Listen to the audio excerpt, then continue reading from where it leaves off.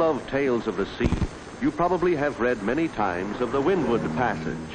You traverse its salty expanse when you sail around the southeast end of Cuba, largest island of the West Indies. Should you go straight out from that southeast end of Cuba, as Columbus did on the 6th of December, 1492, and breast the intervening 50 miles of foaming, rushing blue water with its flying fish and screaming seabirds, you will come next to the second largest island of the romantic archipelago, an island wholly in the tropics.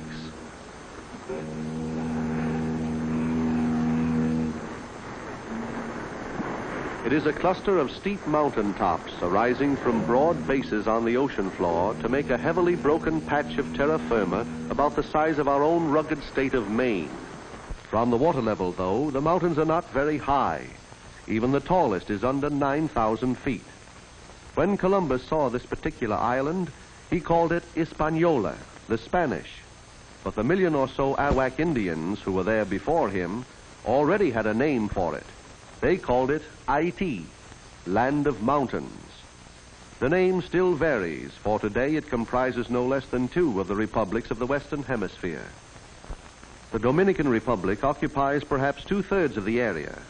What appears here is Port-au-Prince, capital city of the other, the Republic of Haiti, on the western third of the island. An excellent harbor encourages shipping, and Port-au-Prince has the additional advantage of being on an important air route between North and South America. In Columbus's day, the Indians thought that he came out of the sky in ships that really were great birds. The Spaniards were amused. But today, strangers from afar actually do descend on Haiti from the sky. Port-au-Prince is Haiti's capital in all respects, not only in transportation or in trade. The imposing twin-towered Notre Dame Cathedral there is the spiritual center for most of the citizens. The impressive National Palace, where the president lives, represents political authority. And here, the National School of Medicine is a convenient symbol of higher education in a country where the population is approximately 275 persons to the square mile. That is a density greater than is recorded for any other republic in the Americas. The local marketplace at Port-au-Prince shows a much greater density, but it is merely the gathering spot of small tradesmen who deal principally in perishable foodstuffs for metropolitan consumption. One finds here, in rich volubility, that especial variation of French which is called Creole.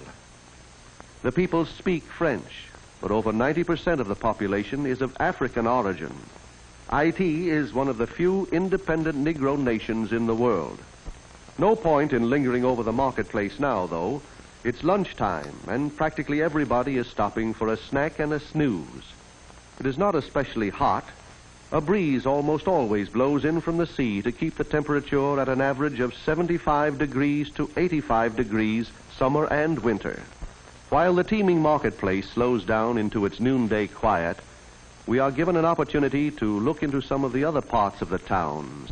Dwellings are not pretentious. Structures of more than one story are uncommon, but each is its owner's castle. It is the house of a free man. In that concept, let us overlook the rude construction, the lack of facilities that we have come to regard as our everyday conveniences.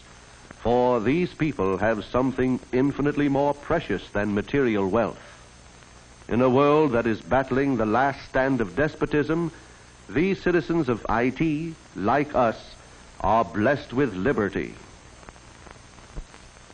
Haiti's memories of her upward struggle show most clearly in her popular celebrations. The signs are varied and interesting. They show clearly, with but one exception. Where could an Anglo-Saxon maypole have come from? Your guess is as good as any. But these men with high ceremonial headdresses, how reminiscent they are of processional figures in days of the Spanish conquest.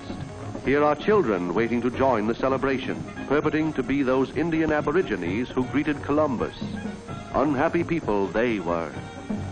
Conquered, enslaved, and worked to their last ounce of energy, those Indians died completely off in 25 years.